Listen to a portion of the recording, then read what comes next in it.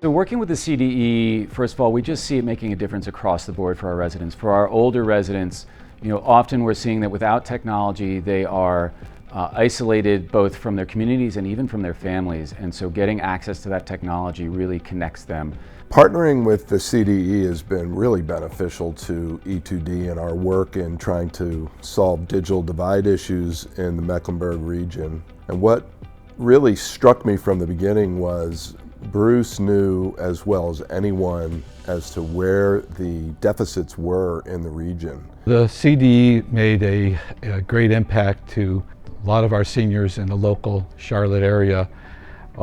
We have a group called the Tech Titans 50+, which teaches computer skills to the seniors at the Mecklenburg Library. With the City of Charlotte partnering with the CDE, it's not just one impact that has been made for residents, but multiple residents. And by partnering with them and other organizations in the community, we have been able to see an uptick in our digital literacy in our community, and it's really helped to affirm the City of Charlotte's pilot called Learn to Earn.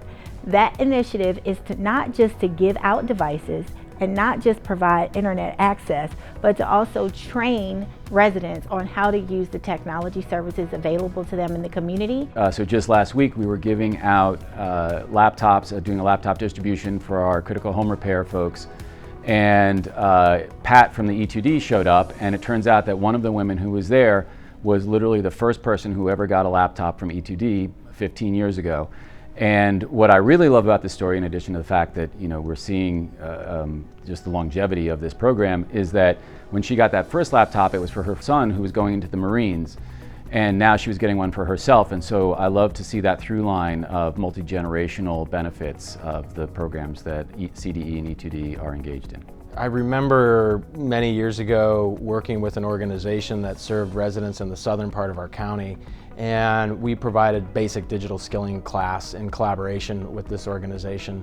Oftentimes we don't hear what happens next, right? We don't hear where they go on to their life. And in this particular case we did, and it was a couple months later that the organization reached back out and mentioned that this woman had used the skills she had gotten in our training program, these basic digital skills, to go apply for a better job that was making a full-time salary that supported her family. And this was not just a good job, this was a life-changing moment. And these stories, this woman's story, are representative of the kind of work we get to do every day. And really at the heart of why we do this is helping people to create opportunity in their lives in a world that requires that opportunity typically is touching technology in some way. And if you're not comfortable or confident or have the things you need in that moment to bring the skills that you have along with the technology to create that opportunity, you might miss that chance. And it's our job to make sure that people don't miss those chances.